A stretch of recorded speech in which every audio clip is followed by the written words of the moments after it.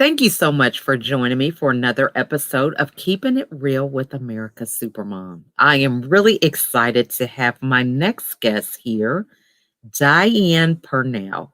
We actually are team members with a referral network. We are part of the chapter leadership for V Team Referral Network.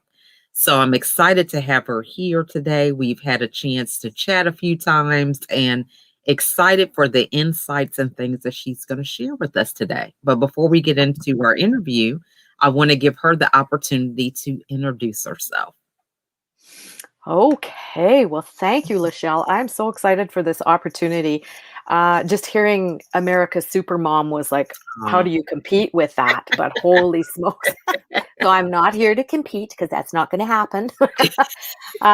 So for many, many years, I was a holistic therapist. I still am. And then I got into coaching, counseling, and basically what I do is I help people write their story when they are feeling like they're stuck. They don't know where they want to go. They don't know how to move forward in their life. They feel like they've lost who they are as a person. And I really like that part of my job because I've been there. I know what that's like. I was a stay-at-home mom for, well, till my kids grew up and left home. And I found that was my most rewarding job. I loved it, absolutely loved it. But I found after they left home, I didn't know who I was anymore because I'd been a mom for so long. I'd been a wife, and my career got put on the back shelf, and I didn't know who I was anymore. So I went and took a menial job in a clothing store. And then I thought, what are you doing? You have all this education. Get out there and use it. So that's what I did. So that's who I am. I love that.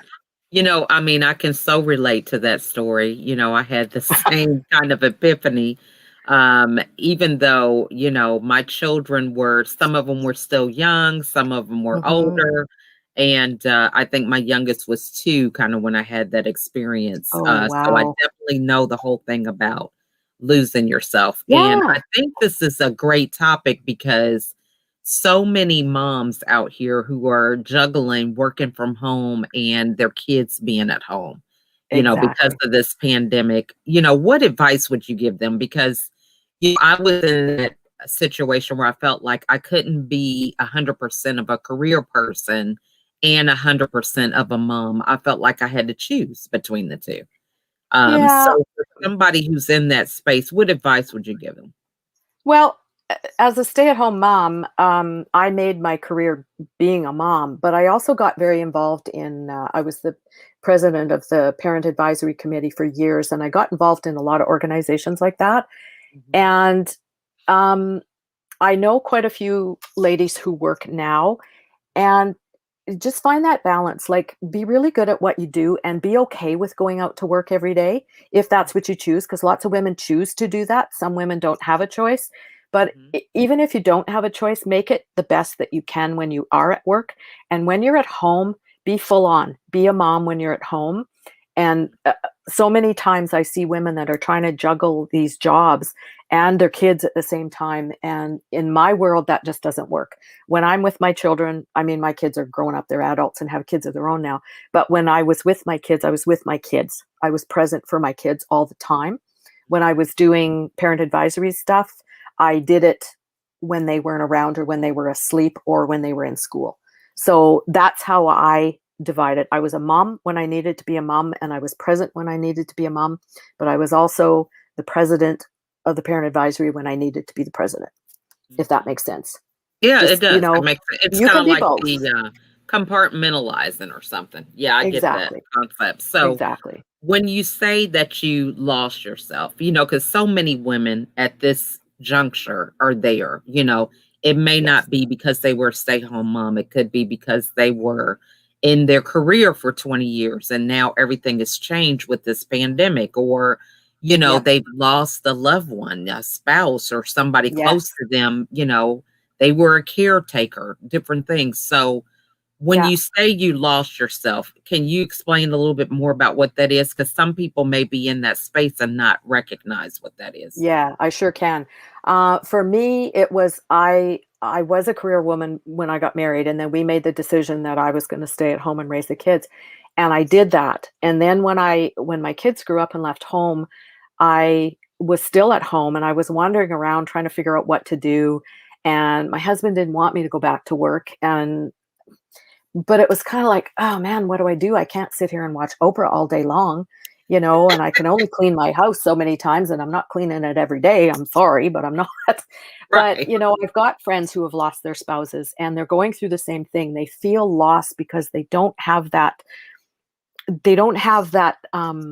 what do you want to call it? Like when your spouse is there or when your kids are there, you know exactly what you have to do. But when that's Mhm. not there or your job isn't there or you have to go virtually online, there's a little piece that sort of gets separated. Mhm. And it's kind of like, where do I fit in now? Mhm. Like even being, if you're a widow or widower, whatever you are, that piece is missing. So you kind of have to figure out how you're going to replace that, and what am I going to do, and where am I going to go, and what are my beliefs now, because you don't have the same beliefs you had when you were doing all this other stuff. And are those beliefs really true for you now? And Mhm. so I had to go through a lot of self-discovery. I became the queen of self-help books. And I remember Mhm. my husband saying to me one day, he says, "Why are you reading all these self-help books? There's nothing wrong with you." And I looked at him and I said, "But I don't feel like I'm me anymore. I've lost a piece of me." And he took it to heart because he thought I was like, "Oh my God, this is the end of it." And I said, "No, it's got nothing to do with us as a couple, but Mhm. I feel lost. I don't know what I want to do." And Mm. so through those self-help books that I read, I started finding the little pieces of who I truly was before I became a mom and a wife. Who was I Mhm. when I was single? Who was I when I was a career woman? What were my dreams? Mhm. What were my passions? What were my visions? And how was I Mhm. going to make those come true now? Mm. I Because love that all that. changed when I became a mom and a wife, right? You have all Mhm. these visions and these dreams, and my husband and I had dreams and visions, and then the kids come along and it's kind of like, guess we're not doing that now. And then we had these dreams and visions when the kids left home. We're going to Right. travel, we're going to do this, and sometimes it doesn't work that way. So So I had to true. rethink that whole, where do I want to go? Do I want to work? Do I want to Mhm. continue to just stay at home and do nothing? Do I want to retire? Well, I shouldn't say do nothing because nobody does nothing. But yeah, And you live know to that. tell about it, right? I know. They Exactly. say there's something about retiring and not doing anything. Exactly. It doesn't lead Yeah. to long living, that's for sure. Yeah. Exactly. So I went Mhm. back to my love of holistic therapies and went back to work, and then during that I was happy working 3 days a week. It was like, yeah, this is enough. And then I had my 2 days I could do the things that I enjoyed, and hiking, walking, whatever.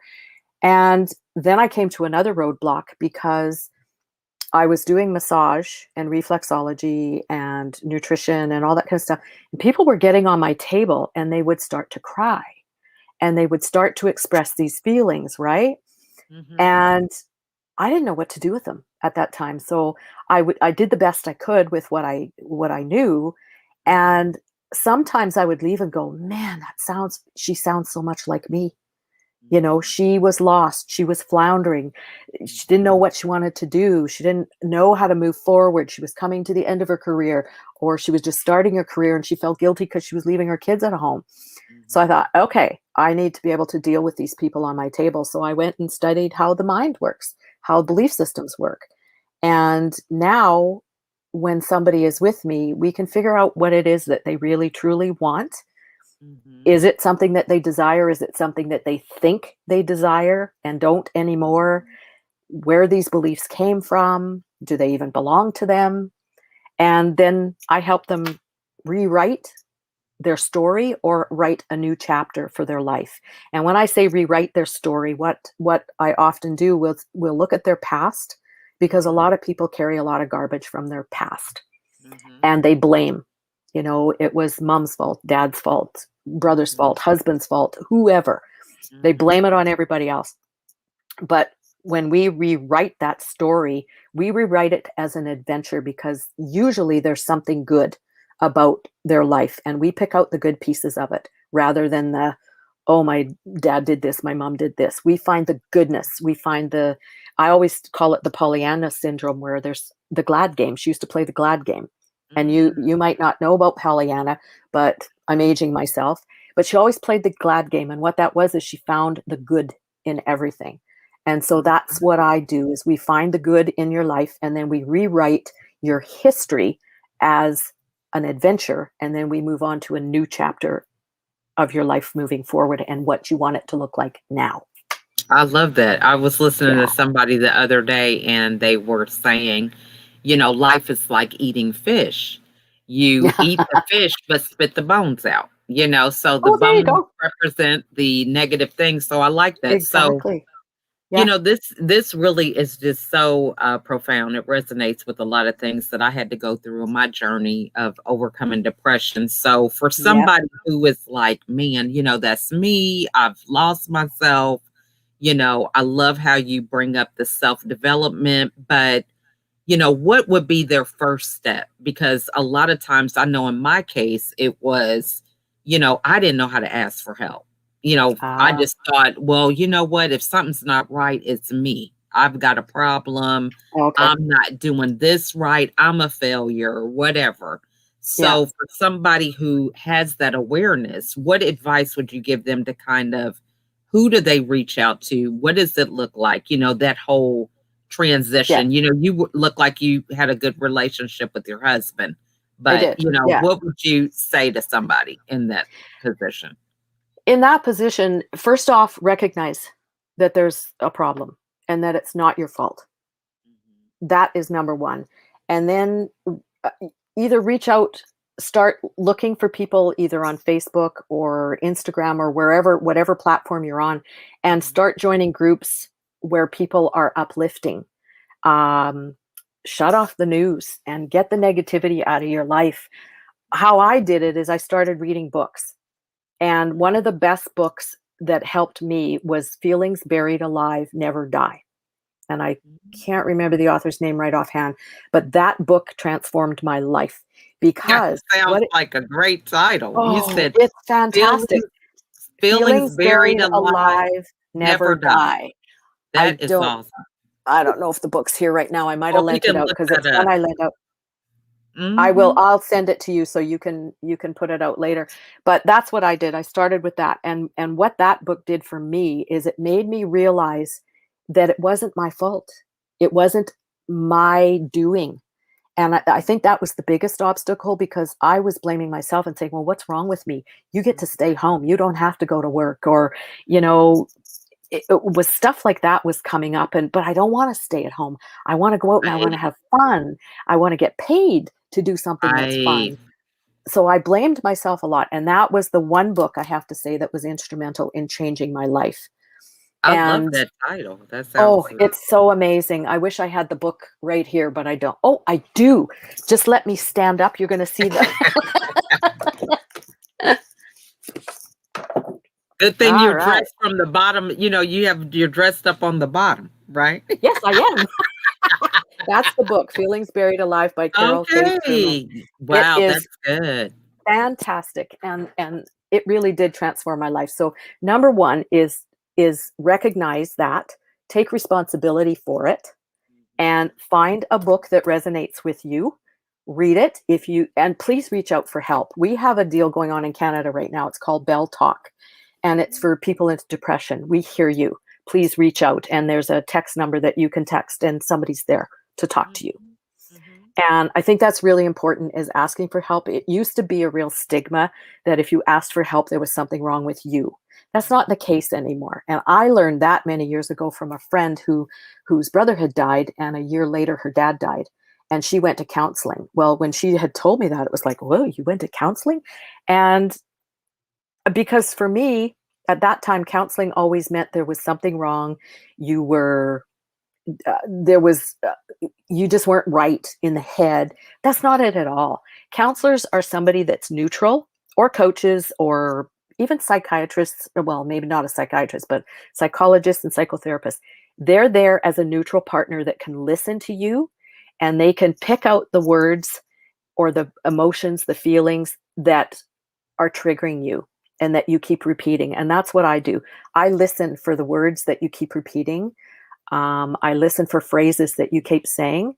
And I think I talked to you about an example. I don't know if it was with you or in the V team, about a client that I had, and she could trip over air. Her whole life, she was in her 50s, and she could trip over anything. And so her keywords were klutz. I'm so stupid. I can trip over air. I can trip over hair. And so we dug into that really deeply and said, so when's the first time you felt like being a klutz, like that you were a klutz? And it was her dad had laughed at her when she was, I think, 2.5 years old. And jokingly, not Yeah. being mean to her, but just saying, oh, how cute, you fell, you're such a klutz. And she wore that. She took that on as a belief for the rest of her life. It can be that simple. It can be that simple. Not always, but it can be. And so she became a klutz her whole life. And when we discovered that, we did the magic that I do, and we transformed that and got rid of that and brought in the good things. And she called me about a year later and she said, I haven't tripped since that day I left your office. I was like, wow. And so it's things like that, but taking responsibility for it and acknowledging it is key. And then do what you have to do. Even if it's with a friend, reach out to somebody and say, hey, I'm struggling here.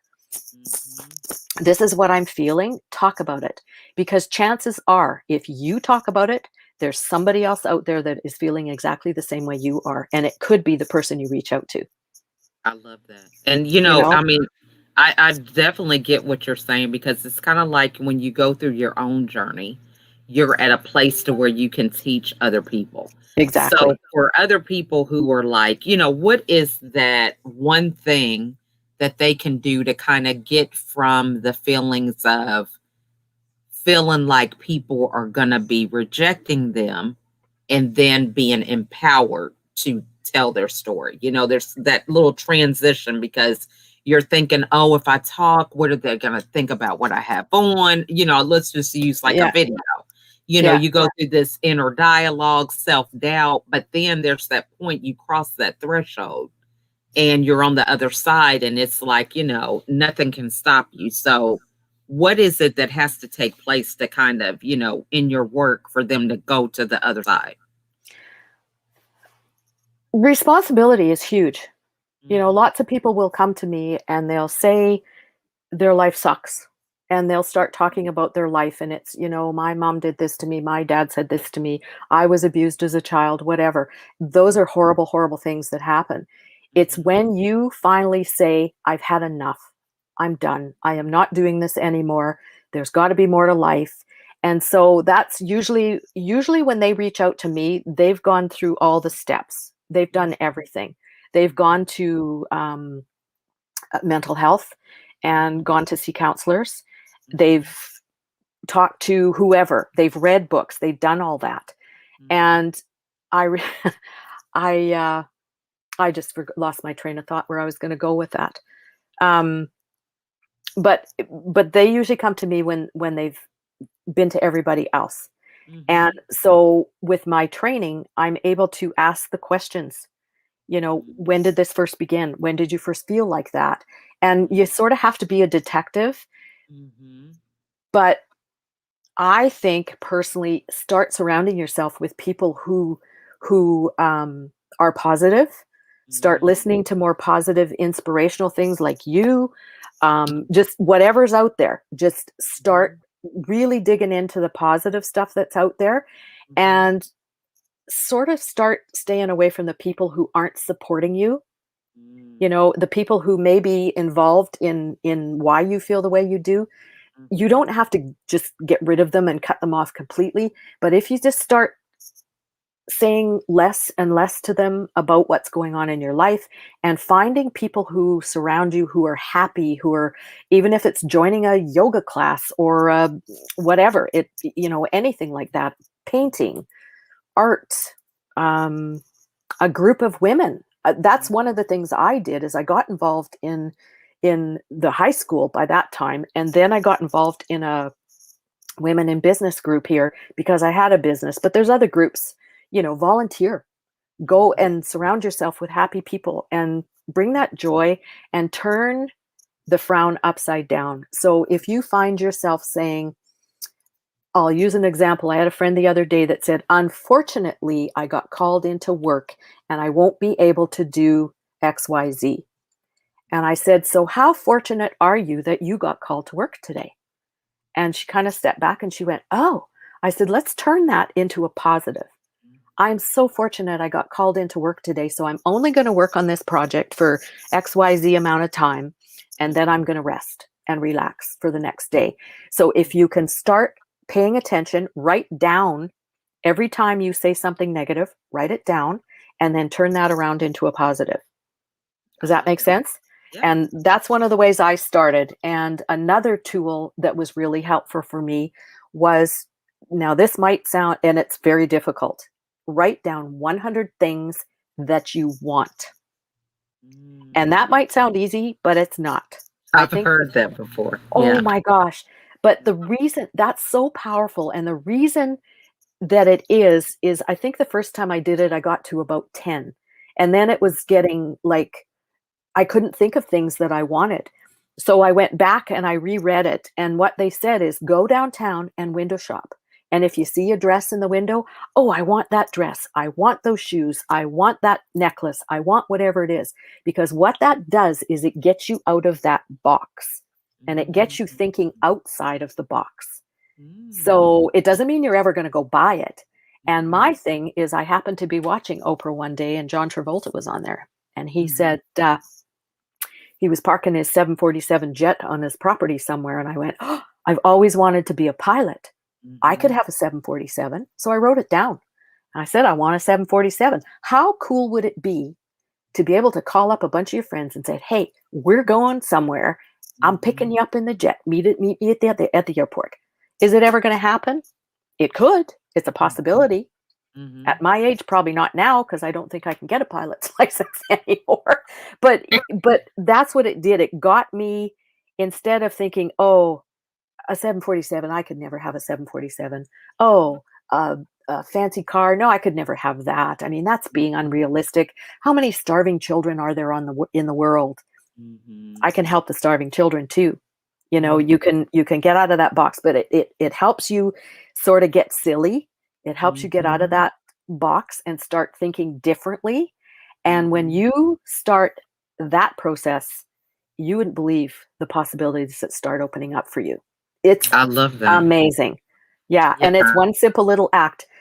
I don't think I've ever got to 100. I think the last time I checked that piece of paper, I was at 85. And every once in a while, I'll pull it out and add something down, but I don't think I've ever got to 100. Wow. You know, That's so good. yeah, it gets you out of your own way, get you out of your own mind, and write down, what do you want your life to look like? What is it That's that you good. want it to look like? You know, if you're happy where you're at, awesome. Great. Is there things you might tweak in there? Absolutely. What is it that you want to do? Do you want to have more travel time? Do you want to spend more time with your friends having a coffee, sitting out in a, you know, it just gets you thinking differently. And if you can do that, that starts opening up those pathways. Join a I meditation love that. class. Yeah, Yeah. it's great. So those are the first things I would do, but please reach out if you are struggling and you really need to take that further because you're really struggling with it, then please reach out to somebody. Just reach out to somebody. There's all kinds of helplines out there. Talk to somebody you trust. You know, you can go to your priest or your minister and say, hey, this is what's happening. They might be able to lead you in a direction, or they might be able to say, hey, I know this person, they'd be perfect. Give them a call, or set the appointment up for them if you know, they're not able to do that and they're not in that position to reach out themselves, because there's a lot of fear there, you know, and it could be that they've made to feel that way, that there's something wrong with them. It's all their fault, you know. Yeah. And one of the other books is The Four Agreements. Don't take it personally, Oh, I and it's love not all that. about you. It's Yeah. never about you. You know, when you're having an argument with somebody and they start bashing you, it's not about you.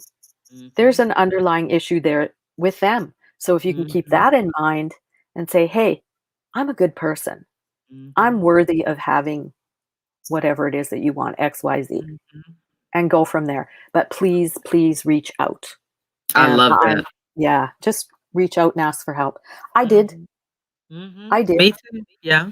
Yeah, I went that route because, well, because I was reading all these books and I Mhm, still wasn't, my wheels were still spinning. And I mhm. thought, this is crazy. I need some help here. And so I did. I reached out to our local mental health. And because I knew somebody and I was working, I got into a program very quickly.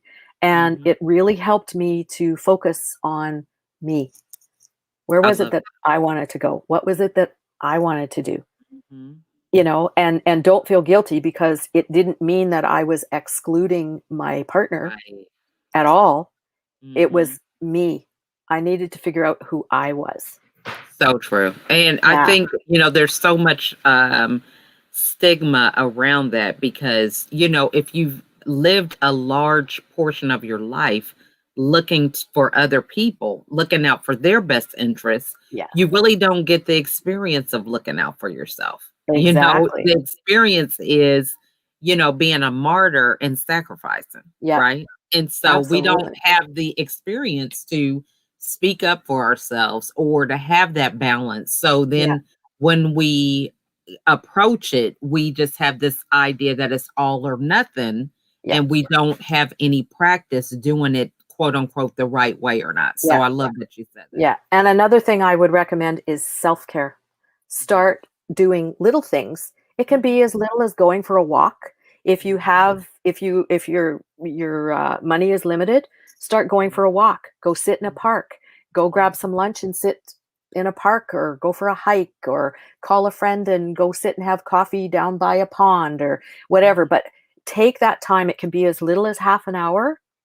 It mhm, can be as long as going for a pedicure or a manicure or a massage, anything like that. mhm. And that's important because self-care is huge. It's So huge. true. And I don't think women do that enough, Mhm. So true. because we're so busy giving to the kids. We're so busy giving to our partners or our spouses. We're so busy. I have a mom who's in a home with dementia, so that takes up a lot of my time. But I had to really say, okay, she's in a home, she's being cared for, she's being very well cared for. What can I do now to make sure that I'm being cared for, because it's super stressful, Oh yeah. right? So, Mhm. yeah, I go for a massage once a month and I don't feel guilty about it at all anymore. I used to. Mhm. I But used to. that's But good. I love that. yeah. Now, so what advice, or what is it that you do on a regular basis that keeps you mindful of this positive space? Because, we've got here in the US, it's crazy. We just had the transfer of power, and then, we've got all these other racial things and just a number of stuff going on. Yeah. And Yeah, you guys how do. is it, hard to walk away from some of that stuff? So, what do you do to kind of make sure that you stay grounded in that positivity? One of the best things that I do is, it's called interesting point of view. Mm, That was some of the stuff in my training. And what that means is, you don't have to agree with anybody. If they have an opinion, you don't have to agree with it, but it doesn't mean that you have to bully them or be ignorant to them. It's just an interesting point of view. And the thing that gets me is, we all have an opinion. mhm, And if I have an opinion and I want you to agree with it, I'm going to try and convince you to agree with my opinion. But then on the other side, you want me to agree with your opinion, but somewhere there's that clash and everybody starts, well, no, what you're talking about is crazy. What if we could just look at it as an interesting point of view and be okay with that point of view? mhm. Yeah. And another one, that was taught to me through access consciousness, and I've used it a lot Mhm. because um it takes that trigger out of it. If somebody's Attachment. triggering you and you go, wow, and you can say it in your head, wow, that's an interesting point of view. Mhm. How might that one's huge for me, and I use it a lot. I What else love is that. possible? Yeah, what Yeah, else is because I possible? think, what happens is they both can exist. Exactly. It's like we've been conditioned that, two things that are different one of them has to be right, one of them has to be wrong, rather Exactly. than them both existing. It's like Yeah. you have two colors on your shirt, Yeah. one's a polka dot and the other one's not, but they both can exist. And I Exactly. think we've been conditioned to believe that they can't. Yeah. One of them has to be right and the other one has to be wrong. So Yeah. I And love I that think you it's bring having that that awareness up. that there's other opinions out there. We don't have to agree with them. We don't even have to like them, you Hmm. know? But think before, I'm talking Facebook now, but think before you post something and just Hmm. think about if that was written to you, how would you feel Right. with your Mhm. opinion? So I love that interesting point of view, and I've shortened it to an IPOB. So if something is happening, I'll just go, "Oh, IPOB," and I it and love it, that. it's just that instant that it's like, okay, it gets you out of that "Arr," and just put Mhm. you in another time frame or where you can I sort of love go, that. ah, A quick it's transition. oh yeah, it's Yeah, huge. and the point of view is like, it's not factual. You know what I Exactly. mean? We just really attach things to people like, it's God and fact. And Exactly. it's like, one of the things for me just being a parent, I change every day and I tell my kids, one day, hey, that might sound good, but then if I get some more information or intel, it's like, oh, I'm not doing that anymore. It Yeah. just doesn't serve me. And they're like, wait a minute, Yeah. but it allows you that freedom to change. But Yeah. when you're so locked into your opinions and verbalizing this and that, you get stuck. You can get stuck by the words you tell other people. Oh, You may want to absolutely. change and then they hold you hostage to some stuff you said. So I Yeah. really appreciate that. That's good. Another one that I do too is, I don't know if this happened to you when you were growing up, but your mom might have counted to 3. Mhm, You do this, I'm counting to 3, 1, 2, mhm, 3. We can use that as a tool for us as well. So if something does trigger us, we can go, okay, wait a minute, and just count, breathe, take a breath, do mhm, 5 breaths, 3 breaths, whatever gets you to just shift that little mhm, bit and say, mhm. okay, I got this. And then you can move on. And if it's worth interacting with whatever it is, then do it in as respectful of a way as you can. And if Mhm, not, it's just that instant where it just shifts mhm. that and it's like, okay, I don't need to deal with this. It's not that important.